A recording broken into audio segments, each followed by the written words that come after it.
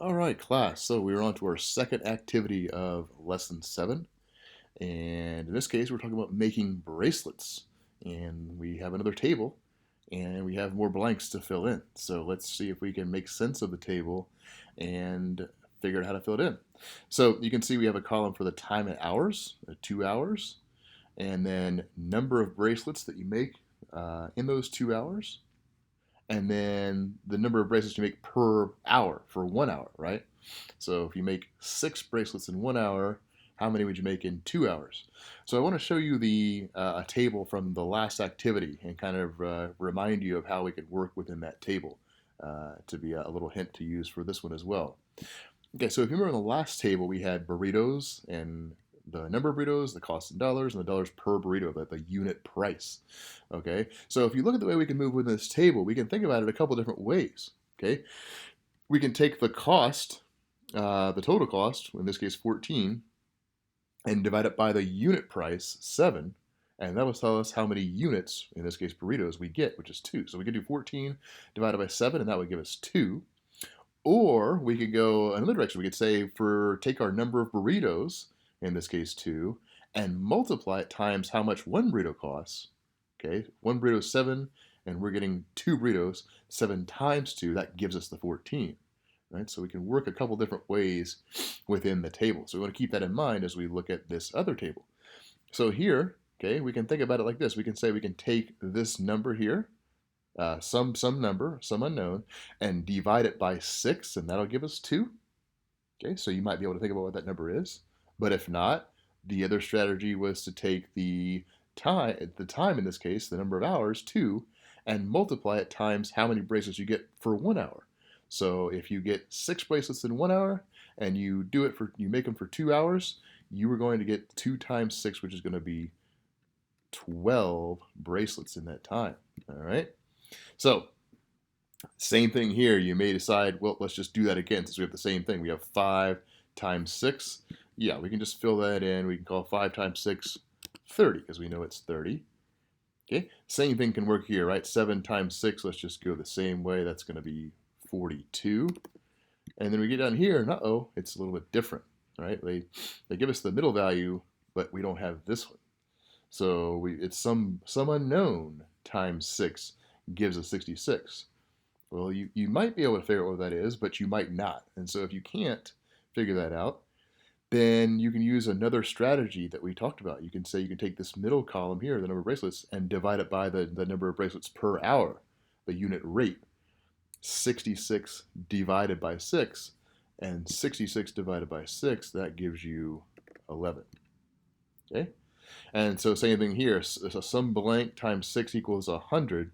I'm not sure off the top of my head what number times 6 gives me 100. I know it's not going to be a whole number, though. Okay, so I know I'm going to have to do a little bit of work here. So because I don't know what number that's going to be, I'm going to have to work this way. I'm going to have to do 100 divided by 6. And let me go ahead and try to do that on the side here for you. So let's do 100 divided by 6. So 100 goes in and 6 goes out. How many times does 6 go into 1? It doesn't go in there at all. But it does go into 10 one time. 1 times 6 is 6. 10 take away 6, that's 4. And then I need to bring down this 0. 6 goes into 40. It helps if you know this, right? It's going to be 6 times. 6 times 6 is 36. And then, so 40 minus 36 is going to be another 4.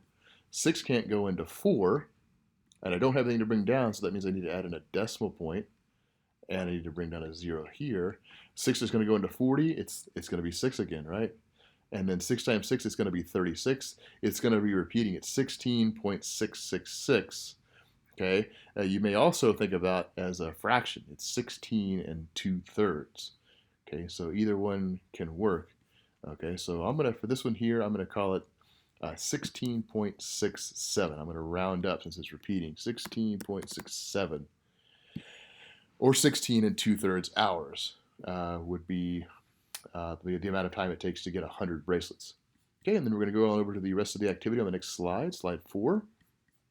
Once again, it's a table, and they want us to fill in the blanks. So we want to see, use some strategy here and figure out what's going to go in the blank. Remember, as we just saw in the last one here, if you take the cost in dollars, which they have in the middle here, and then you divide it by the unit price, dollars per burrito, that's going to give you the number of burritos you get, right? You're going to do 14 divided by 7, and that's going to give you 2 burritos, right?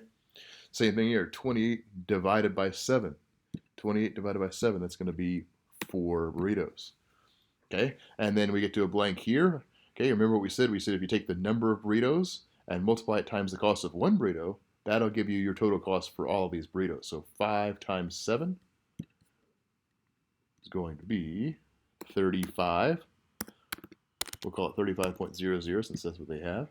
And then same thing here, 10 times 7, right? So we'll just go ahead and draw it here. We'll just do 10 times 7. Well, that's going to be $70.